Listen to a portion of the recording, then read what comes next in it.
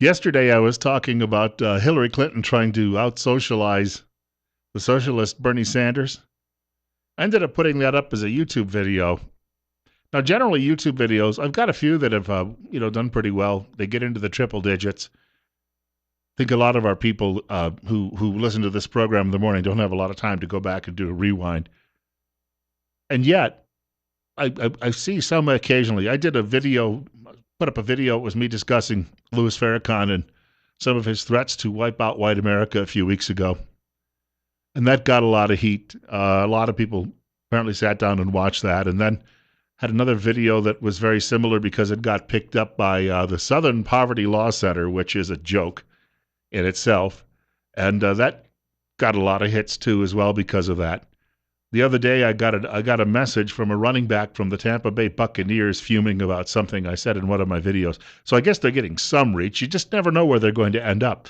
I put up that video about Hillary Clinton probably sometime mid-morning yesterday, late morning, before noon. I got out of bed this morning and it had 94 hits, and I'm thinking, who's watching that? And then I came into work. Half an hour later, I checked it after I got here to work, and it had 110 hits.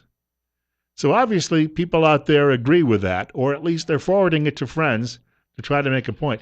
Clinton, by the way, according to what I was reading at the Washington Examiner, Sarah Westwood, the writer, she has been out talking about her financial plan and how we need to. She does not use the word Wall Street, though, when she is out there talking about how we need to change the playing field. Bernie Sanders, on the other hand, is talking about hamstringing some of the nation's largest banks. And he's calling them out by name. Well, why isn't Clinton doing the same? The writer says 5 of those banks have donated at least $100,000 and as much as $5 million to the Clinton Foundation, and number 6, Wells Fargo, has given a smaller contribution to the charity. So in other words, these are all Hillary Clinton's big donors. She's not going to go out there and say, well, we've got to control these people. For all of you lefties out there who think that Republicans are running around sipping expensive champagne, thinking about ways they can do you in, maybe you ought to think about that for a moment. There's a reason, and even Rolling Stone, a very liberal magazine, backs this up. There is a reason that Goldman Sachs is called Bank of the Democrats. 9:35, it's 53. Bill Colley with you on Top Story. News Radio 1310 KLIX and newsradio1310.com. We have a caller with us, and you're on the air. Hi, Bill. How are you this morning? Wonderful. What's up? I just wanted to give some follow-up on the refugee situation that we know of going on in the community as far as a perspective from the churches. And because we're seeing an influx of more of those type, as far as me being a pastor, of them coming to us for help. And we've had training from CSI, the Refugee Center, coming in and asking us, the refugees have this being given to them from the federal government. We're taking care of them. They shouldn't have to be coming to you to get help. And we're seeing just more influx. Doesn't that refute everything the newspaper says about how successful this is? I've been silent listening to you for weeks, and I've gotten fed up with it. It's ridiculous what's going on. They're not being integrated into the society. They're not culturally becoming Americans, and they're not going to be. And what's frustrating is you'll get them working over here at Chapani, or you'll get them out on the dairies. They'll do some work. And because they've been in refugee camps in the other countries they've been in for so long, they're not for years and haven't had to do anything. Now you put them in this workload and they can't hack it. They get fired. So they go back to the refugee center out to CSI and they said, look, you signed a contract with us. We've given you the federal help you're going to have. You're on your own. Now they want the churches to help. I saw a photograph someone sent me a while back, and somebody managed to go photograph a housing complex where these people are stashed or stored away, right, with the cracked walls and plumbing issues. I was looking it over, and I thought, oh, my gosh, they are putting these people at nearly third world conditions because right. At least they had probably a clean tent where they happened to be before they came here. People are taking advantage of them. Again, people are making money off their presence. And we can't lose sight of that this is not about us being angry and mean and nasty with them. This is about some serious concerns about how they're going to live when they get here. Right. And like I say, we just can't handle the load. I can't handle load now, and we're trying to do the best we can to help out. But gads, I can't even cover the congregation I got now that's born and raised here. Why do you suppose we can't get anyone to come forward and really tell the truth about this? I don't know. That's what's frustrating to me, because what went on out there to see us sign that meeting, and I didn't go. I don't have the time to chase around doing this, or the city council and that kind of stuff. But somebody ought to just know that, hey, we just can't handle it. And when we were told this refugees, they've been coming 300 a year to Twin Falls. When we got trained from the refugee center, they've been doing that since '78. You start adding that up, gads, that's a lot of people. Yeah, a lot of very needy people. Yeah. I thank you very much for the telephone call. You know, and one thing that I thought about as he was talking with me, there's a man who tells people every week, if not more frequently, that you've got to be, you can't hide things from the Lord or your fellow men. You've got to come out and be as upfront and transparent about this as you possibly can. So why do we have so many people in government who simply are not, well, look, I've been dealing with politicians since before I even started work in media, way back in the middle of the 1980s. I was working on some campaigns before that and meeting various politicians and the like. I realized a lot of them, you know, their brainwaves, politicians' brainwaves often match up exactly with the brainwaves of sociopaths. It's a true story. I mean, I saw the research on that a few years ago. Look, folks, sociopath, politician, or just a regular guy, someday you're going to have to answer for your actions. And if you're doing this just so you can make a buck at the expense and the suffering of others, tell you what, trying to get through that narrow gate, it's not going to be easy. Bill Colley with you. It's 9:40, 54. Wednesday mornings on the program between 8:30 and 9 o'clock, we have a medical discussion. We do this every week. It's called Better Health with Tripp Family Medicine. We're often joined in studio by Dr. Jonathan Tripp, or one of the doctor's associates, and his staff is growing. They're always looking for new patients, and in fact, because of that, he's often looking for, well, new nurse practitioners, various people in the office who can assist, physician assistants. Those type of people are really, really in need. And so we wanted to just share that with you. But we sit down with one of the professionals on a weekly basis, and we have a discussion about, usually we pick a topic related to health, and we invite your telephone calls too as well. But it's an opportunity, if you're interested, to give us a telephone call, and it won't cost you a thing. You get a little advice, or maybe someone will point you in the direction you need to go. And sometimes it could just be a lifesaver. So we want you to tune in and listen to us 8:30 to 9 o'clock on Wednesday mornings. And remember, the doctor's office is located on Fillmore Street in Twin Falls, directly across from the main post office up there on the north side. And remember as well, life's too short not to feel good. I got a couple of things I wanted to mention before we wrap up the week, and so I'm going to deviate a little bit from my planner here, talking to a church pastor in just the last few minutes. I wanted to get to this sometime this week, and we didn't get a chance. You're aware that the state of Oklahoma has been told it has to move a Ten Commandments monument from state property. Now, if you look around the U.S. Supreme Court and you look up at all the carvings, do you realize there's a carving of Moses up there? Moses the lawgiver. If you also stop and think about it, all of the laws that we have in the Western world pretty much come down from those early biblical laws and then have just spread through our culture. So yes, the laws that we pretty much live with today are based on a Judeo-Christian faith. That's not, I'm not making that up. That's how that has come about. That's why we don't have kings anymore who go around saying, all right, I don't like what you said or how you looked at me, I'm going to boil you in oil. We don't do that because of that. So this Ten Commandments monument had been sitting apparently for many, many years on state property, and someone came along and said, nope, got to go. Can't have that there. Because their argument is you're setting up a state religion, even though no one is going around saying, you must go to a Christian church. Do you hear me? We'll drag you. Or if you don't, we'll put you in the stocks. That's not happening.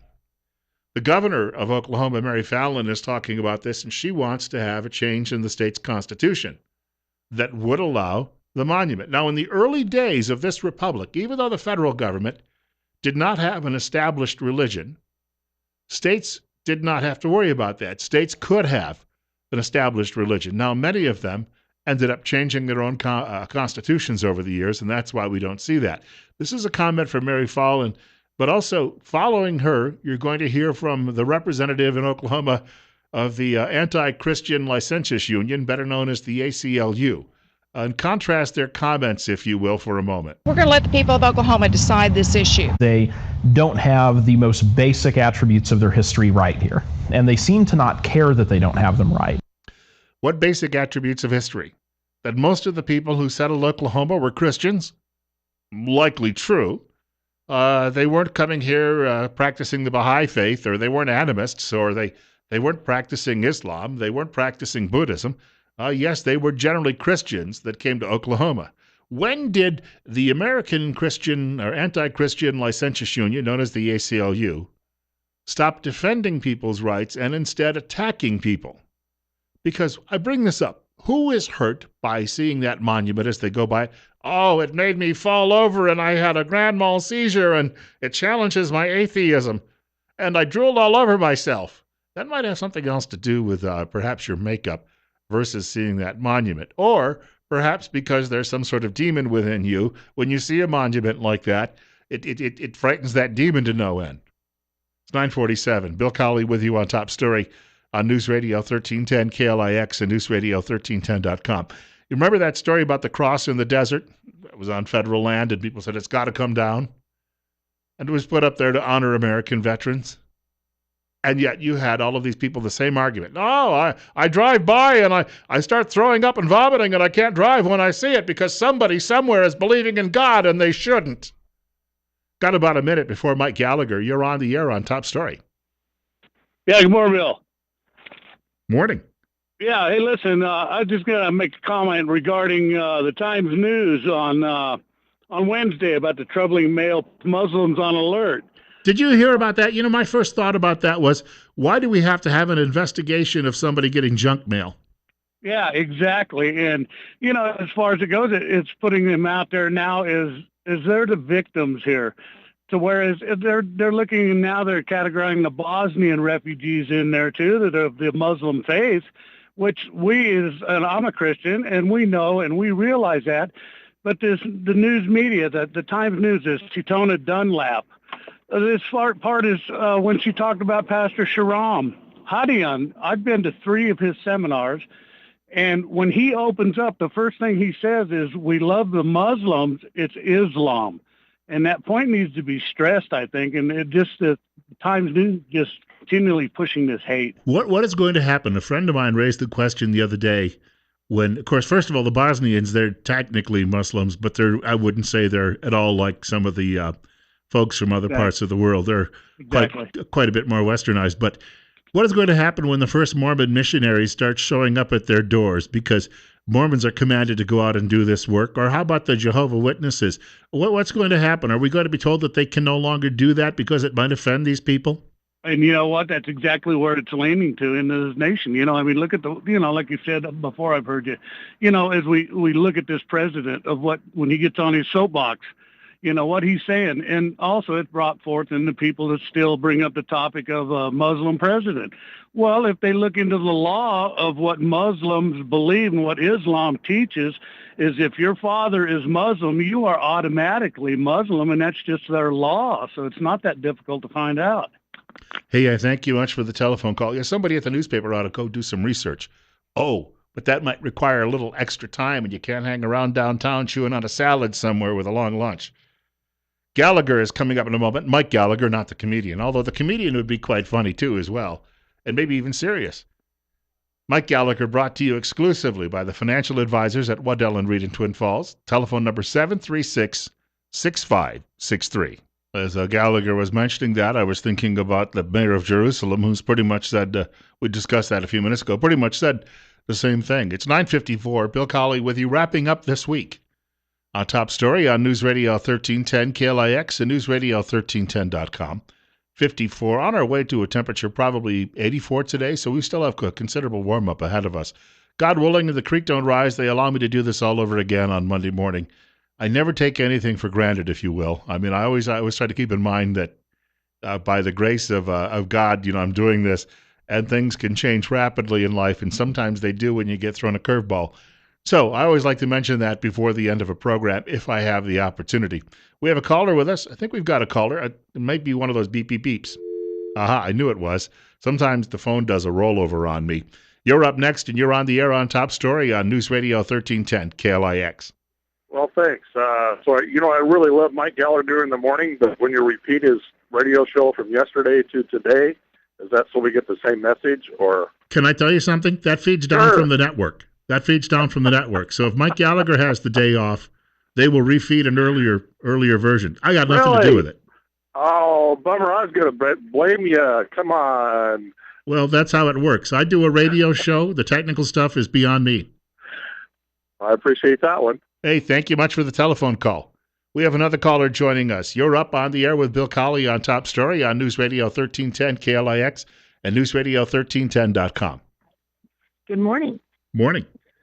On the subject of the refugees coming in, several years ago when they were bringing in the Bosnians and the Serbians and the Croatians, I'll just call them Eastern Europeans, I was a bail bondsman. And there was a real increase. It was great for business in arrests of mostly young men. And one of the things that I heard over and over and over again from the families was how dissatisfied they were with coming here. I heard horrendous stories of what they lived through back there and people they lost, but they really looked down on us as being provincial. They called us a village. They talked about how they had a proud heritage hundreds of years old, and we were really excited about being, So how did they end up here if things are so swell where they were? Well, that's just it. They weren't real swell, but they really had no clue what they were coming to, and they did not. They thought our laws were puny. They didn't think that because they were from over there, they didn't think that they needed to abide by our rules and our standards of living. They really looked down on our standards of living. A refusal to assimilate. Pretty much. Thank you for the free lunch. Now I'm going to tell you how you should run your country. And what piss poor, excuse my French, rules and people and standards of living we have. Yeah, I can imagine. They also talked. One of the things that they were angry about too is they were promised certain things, and then basically they got here. The CSI refugee program kind of dropped them off, said, "Here you go," and they had no place to go back to. I still think that a lot of them don't realize, and I thank you for the call, don't realize just how good things are, despite what this country's gone through. And yeah, it isn't the same place that thank you for the call. I grew up in the 1960s and 70s, and let me tell you, this was a wonderful country to grow up in. And a lot of changes have happened that I'm not happy about, and I'm sure you feel the same way. But I'll tell you what, it is still a damn sight nicer than what you're going to encounter in the Balkans or in Syria or in Iraq or in a good portion of Asia, or especially in just about all of Africa. Well, let's say all of Africa. Rush Limbaugh is coming up next following the news. And again, they're ingrates. That's all we can say. Have a great weekend, everyone.